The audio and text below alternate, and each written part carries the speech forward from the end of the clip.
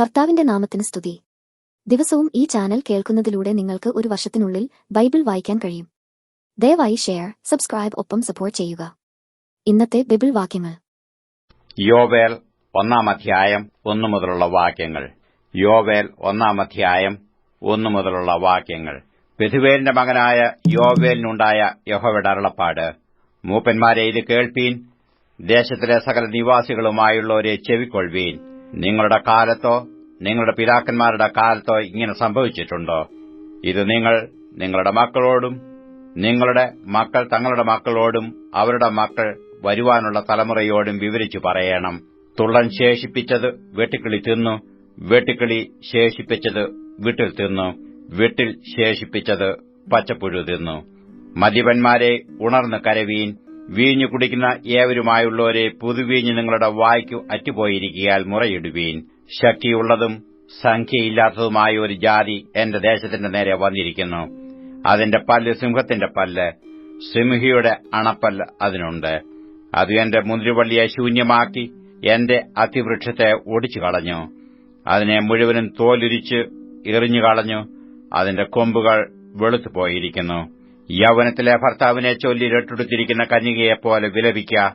ഭോജനയാഗവും പാനീയയാഗവും യഹോവയുടെ ആലയത്തിൽ നിന്നു അറ്റുപോയിരിക്കുന്നു. യഹോവയുടെ ശുശ്രൂഷകന്മാരായ പുരോഹിതന്മാർ ദുഃഖിക്കുന്നു. വയൽ ശൂന്യമായി തീർന്നു, ധാന്യം നശിച്ചും പുതുവീഞ്ഞു വറ്റിയും എണ്ണ ക്ഷയിച്ചും പോയിരിക്കയാൽ ദേശം ദുഃഖിക്കുന്നു. കൃഷിക്കാരെ ലജ്ജിപ്പീൻ. മുന്തിരിത്തോട്ടക്കാരെ കോതമ്പിനെയും യവത്തെയും ചൊല്ലി മുറയിടുവീൻ. വയലിലെ വിളവ് നശിച്ചുപോയല്ലോ. മുന്തിരിവള്ളി വാടി, അത്തിവൃക്ഷം ഉണങ്ങി.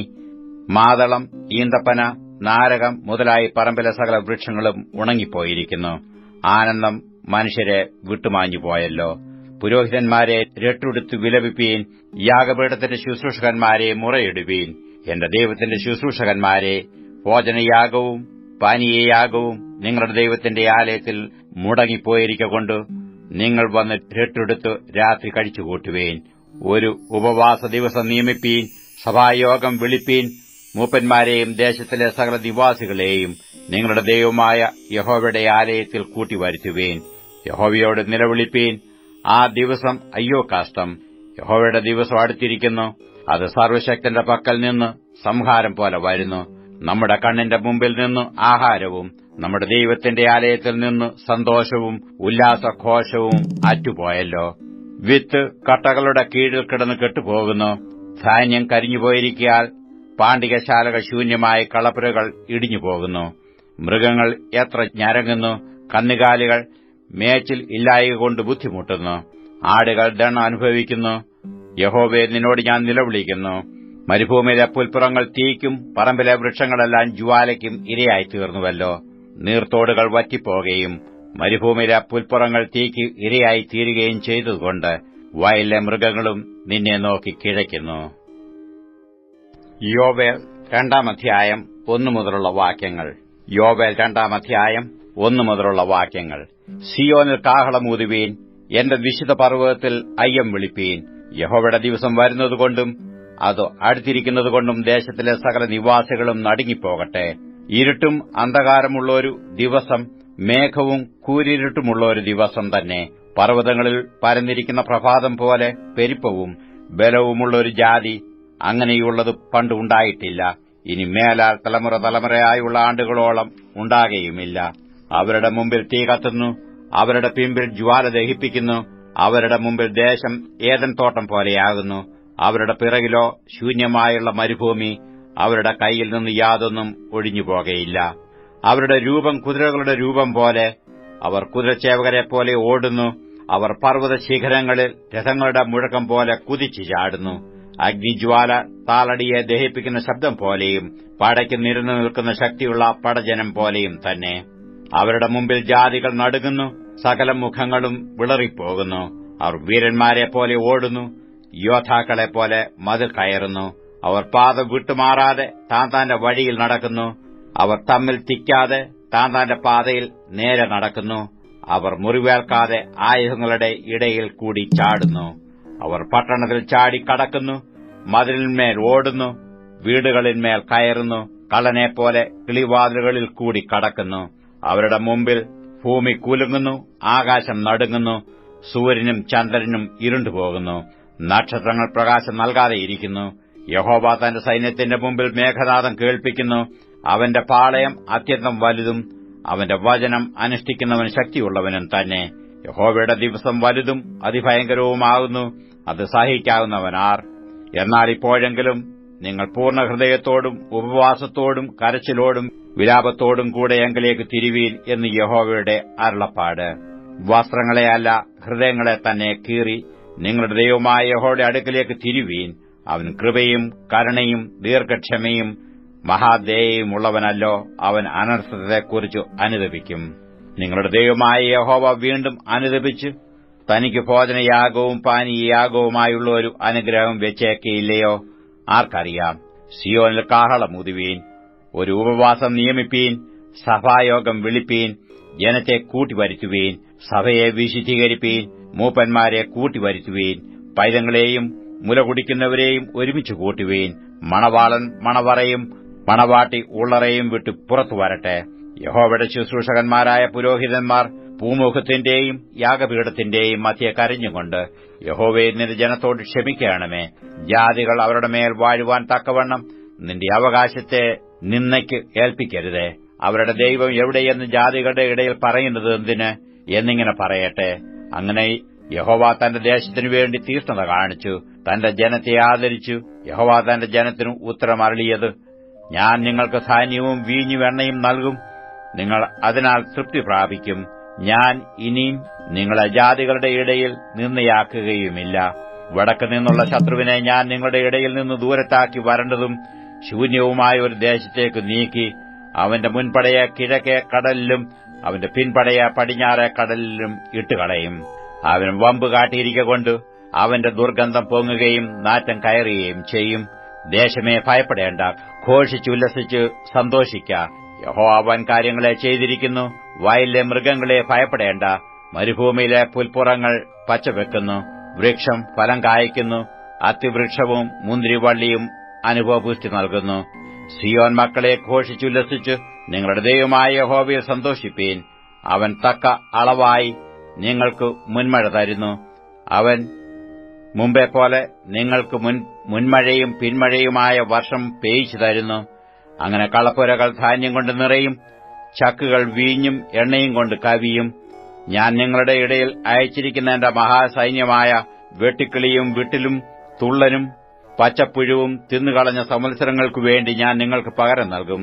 നിങ്ങൾ വേണ്ടുവോളം തിന്നു തൃപ്തരായി നിങ്ങളോട് അത്ഭുതമായി പ്രവർത്തിച്ചിരിക്കുന്ന നിങ്ങളുടെ ദൈവമായ യഹോവയുടെ നാമത്തെ സ്തുതിക്കും.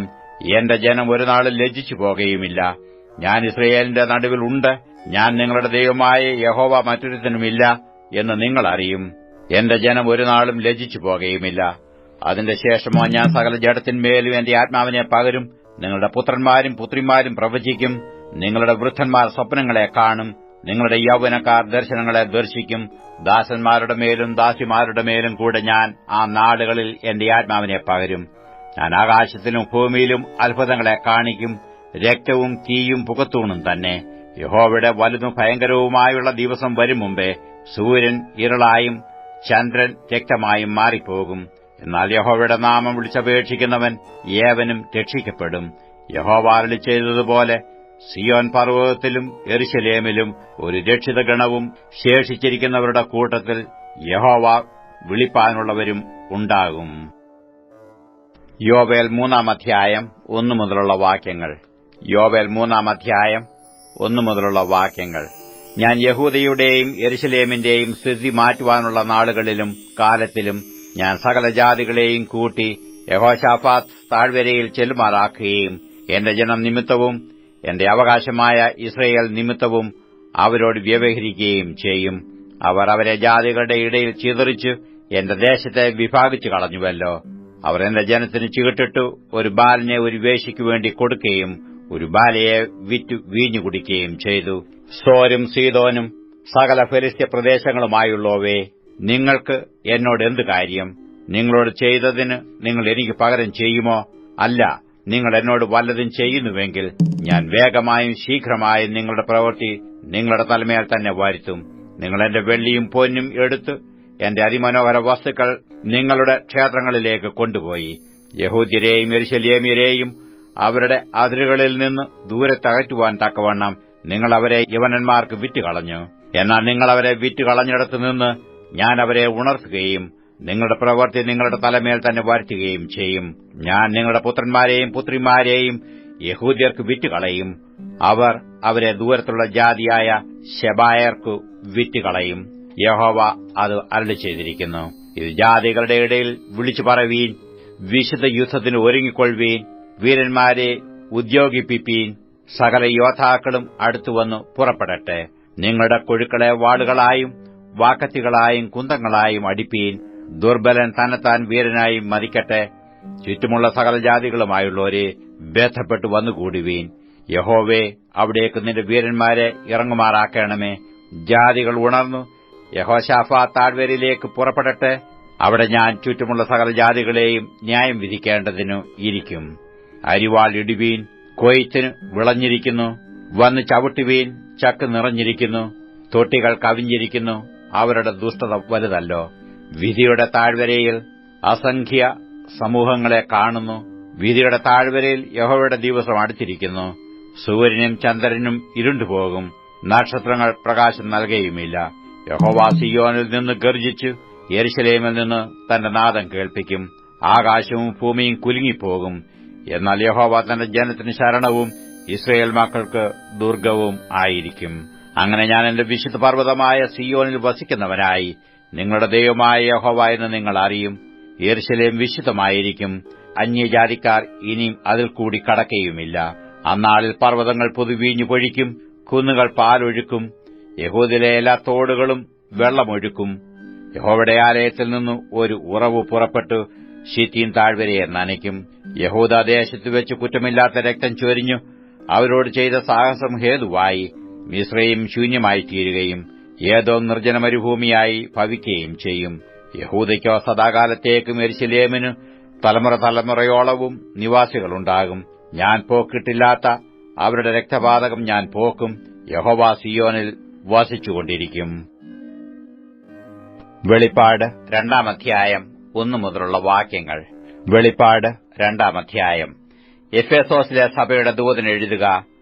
7 നക്ഷത്രം വലങ്കയിൽ പിടിച്ചുകൊണ്ട് 7 പൊൻ നിലവിളക്കുകളുടെ നടുവിൽ നടക്കുന്നവൻ അരുളിച്ചെയ്യുന്നത്: ഞാൻ നിന്റെ പ്രവൃത്തിയും പ്രയത്നവും സഹിഷ്ണുതയും കൊള്ളരുതാത്തവരെ നിനക്ക് സഹിച്ചുകൂടാത്തതും അപ്പോസ്തലന്മാരല്ലാതിരിക്കെ തങ്ങൾ അപ്പോസ്തലന്മാർ എന്ന് പറയുന്നവരെ നീ പരീക്ഷിച്ചു കള്ളന്മാർ എന്ന് കണ്ടതും നിനക്ക് സഹിഷ്ണുതയുള്ളതും എന്റെ നാമനിമിത്തം നീ സഹിച്ചതും തളർന്നു പോകാഞ്ഞതും ഞാൻ അറിയുന്നു.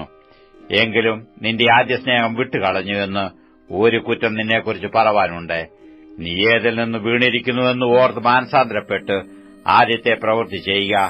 അല്ലാഞ്ഞാൽ ഞാൻ വരികയും നീ മാനസാന്തരപ്പെടാഞ്ഞാൽ നിന്റെ നിലവിളക്ക് അതിന്റെ നിലയിൽ നിന്ന് നീക്കുകയും ചെയ്യും.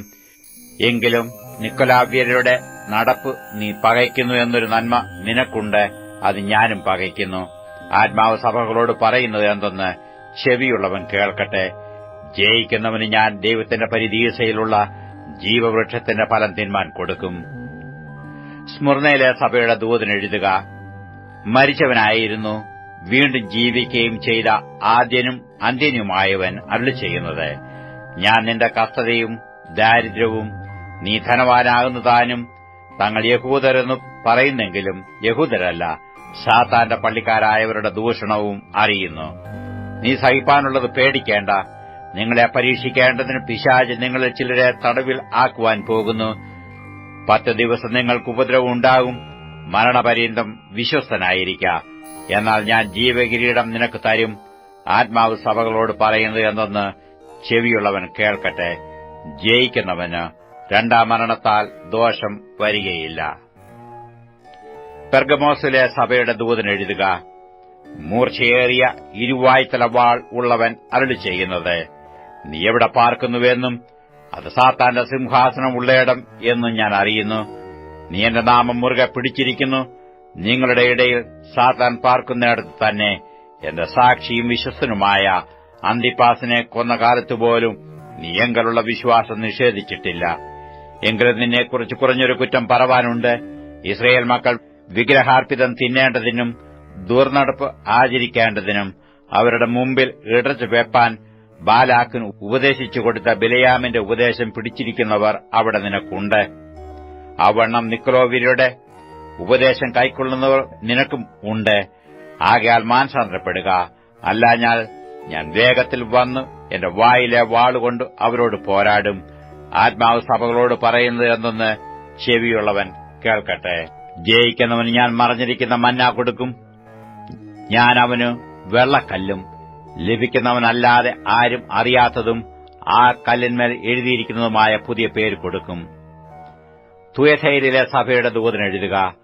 അഗ്നിജ്വാലയ്ക്ക് ഒത്ത കണ്ണും വെള്ളോട്ടിന് സദൃശമായ കാലുമുള്ള ദൈവപുത്രൻ അരുളിച്ചെയ്യുന്നത്: ഞാൻ നിന്റെ പ്രവൃത്തിയും നിന്റെ സ്നേഹം, വിശ്വാസം, ശുശ്രൂഷ, സഹിഷ്ണുത എന്നിവയും നിന്റെ ഒടുവിലത്തെ പ്രവൃത്തി ആദ്യത്തേതിലും ഏറെയെന്നും അറിയുന്നു. എങ്കിലും താൻ പ്രവാചകി എന്ന് പറഞ്ഞ് ദുർനടപ്പ് ആചരിപ്പാനും വിഗ്രഹാർപ്പിതം തിന്മാനും എന്റെ ദാസന്മാരെ ഉപദേശിക്കുകയും തെറ്റിച്ചു കളയുകയും ചെയ്യുന്ന ഈസബേൽ എന്ന സ്ത്രീയെ നീ അനുവദിക്കുന്നു എന്നൊരു കുറ്റം നിന്നെക്കുറിച്ച് പറവാനുണ്ട്. ഞാൻ അവൾക്ക് മാനസാന്തരപ്പെടുവാൻ സമയം കൊടുത്തിട്ടും ദുർനടപ്പ് വിട്ടു മാനസാന്തരപ്പെടുവാൻ അവൾക്ക് മനസ്സില്ല. ഞാൻ അവളെ കിടപ്പിലും അവളുമായി വ്യഭിചരിക്കുന്നവരെ അവരുടെ നടപ്പ് വിട്ടു മാനസാന്തരപ്പെടാതിരുന്നാൽ വലിയ കഷ്ടതയിലും ആക്കിക്കളയും. അവരുടെ മക്കളെയും ഞാൻ കൊന്നുകളയും. ഞാൻ ഉൾപൂവുകളെയും ഹൃദയങ്ങളെയും ആരായുന്നവൻ എന്ന് സകല സഭകളും അറിയും. നിങ്ങളുടെ പ്രവൃത്തിക്ക് തക്കവണ്ണം ഞാൻ നിങ്ങൾക്ക് ഏവർക്കും പകരം ചെയ്യും. എന്നാൽ ഈ ഉപദേശം കൈക്കൊള്ളാതെയും അവർ പറയും പോലെ സാത്താന്റെ ആഴങ്ങൾ അറിഞ്ഞിട്ടില്ലാതെയും തുയഥൈരിയിലെ ശേഷം പേരോട് വേറൊരു ഭാരം ഞാൻ നിങ്ങളുടെ മേൽ ചുമത്തുന്നില്ല. എങ്കിലും നിങ്ങൾക്കുള്ളത് ഞാൻ വരും വരെ പിടിച്ചുകൊള്ളുവീൻ എന്ന് ഞാൻ കൽപ്പിക്കുന്നു. ജയിക്കുകയും ഞാൻ കൽപ്പിച്ച പ്രവർത്തികളെ അവസാനത്തോളം അനുഷ്ഠിക്കുകയും ചെയ്യുന്നവന് എന്റെ പിതാവ് എനിക്ക് തന്നതുപോലെ ഞാൻ ജാതികളുടെ മേൽ അധികാരം കൊടുക്കും. അവൻ ഇരുമ്പുകൾ കൊണ്ട് അവരെ മേയിക്കും. അവർ കുശവന്റെ പാത്രങ്ങൾ പോലെ നുറുങ്ങിപ്പോകും. ഞാൻ അവന് ഉദയനക്ഷത്രവും കൊടുക്കും. ആത്മാവ് സഭകളോട് പറയുന്നത് എന്തെന്ന് ചെവിയുള്ളവൻ കേൾക്കട്ടെ. സദൃശവാക്യങ്ങൾ 9-ാം അധ്യായം 1 മുതലുള്ള വാക്യങ്ങൾ. സദൃശവാക്യങ്ങൾ 9-ാം അധ്യായം 1 മുതലുള്ള വാക്യങ്ങൾ. ജ്ഞാനമായവൾ തനിക്കൊരു വീട് പണിത് അതിന് 7 തൂൺ തീർത്തു. അവൾ മൃഗങ്ങളെ ആർത്തു വീഞ്ഞു കലക്കി തന്റെ മേശ ചമയിച്ചുമിരിക്കുന്നു. അവൾ തന്റെ ദാസികളെ അയച്ചു പട്ടണത്തിലെ മേടകളിൽ നിന്ന് വിളിച്ചു പറയിക്കുന്നത്: അല്പബുദ്ധിയായവൻ ഇങ്ങോട്ട് വരട്ടെ. ബുദ്ധിഹീനനോടോ അവൾ പറയിക്കുന്നത്: വരുവീൻ, എന്റെ അപ്പം തിന്നുകയും ഞാൻ കലക്കി വീഞ്ഞു കുടിക്കുകയും ചെയ്യുവീൻ. ബുദ്ധിഹീനതേ, ബുദ്ധിഹീനത വിട്ടു ജീവിപ്പീൻ. വിവേകത്തിന്റെ മാർഗ്ഗത്തിൽ നടന്നുകൊള്ളുവീൻ. പരിഹാസിയെ ശാസിക്കുന്നവൻ ലജ്ജ സമ്പാദിക്കുന്നു. ദുഷ്ടനെ ഭസിക്കുന്നവന് കറ പറ്റുന്നു. പരിഹാസി നിന്നെ പായിക്കാതിരിക്കേണ്ടതിനു അവനെ ശാസിക്കരുത്. ജ്ഞാനിയെ ശാസിക്ക, അവൻ നിന്നെ സ്നേഹിക്കും. ജ്ഞാനിയെ പ്രബോധിപ്പിക്ക, അവന്റെ ജ്ഞാനം വർദ്ധിക്കും. നീതിമാനെ ഉപദേശിക്ക, അവൻ വിദ്യാഭിവൃദ്ധി പ്രാപിക്കും. യഹോവാഭക്തി ജ്ഞാനത്തിന്റെ ആരംഭവും പരിശുദ്ധനെക്കുറിച്ചുള്ള പരിജ്ഞാനം വിവേകവുമാകുന്നു. ഞാൻ മുഖാന്തരം നിന്റെ നാളുകൾ പെരുകും. നിനക്ക് ദീർഘായുസ്സുണ്ടാകും. നീ ജ്ഞാനിയാകുന്നുവെങ്കിൽ നിനക്ക് വേണ്ടി തന്നെ ജ്ഞാനിയായിരിക്കും. പരിഹസിക്കുന്നുവെങ്കിലോ നീ തന്നെ സഹിക്കേണ്ടി വരും. ഭോഷത്വമായവൾ മോഹപരവശിയായിരിക്കുന്നു. അവൾ ബുദ്ധിഹീന തന്നെ, ഒന്നും അറിയുന്നതുമില്ല. തങ്ങളുടെ പാതയിൽ നേരായി നടക്കുന്നവരായി കടന്നുപോകുന്നവരെ വിളിക്കേണ്ടതിന് അവൾ പട്ടണത്തിലെ മേടകളിൽ തന്റെ വീട്ടുവാതിൽക്കൽ ഒരു പീഠത്തിന്മേൽ ഇരിക്കുന്നു. അല്പബുദ്ധിയായവൻ ഇങ്ങോട്ട് വരട്ടെ. ബുദ്ധിഹീനനോട് അവൾ പറയുന്നത്: മോഷ്ടിച്ച വെള്ളം മധുരവും ഒളിച്ചു തിന്നുന്ന അപ്പം രുചികരവുമാകുന്നു. എങ്കിലും മൃതന്മാർ അവിടെ ഉണ്ടെന്നും അവളുടെ വിരുന്നുകാർ പാതാളത്തിന്റെ ആഴത്തിൽ ഇരിക്കുന്നുവെന്നും അവൻ അറിയുന്നില്ല.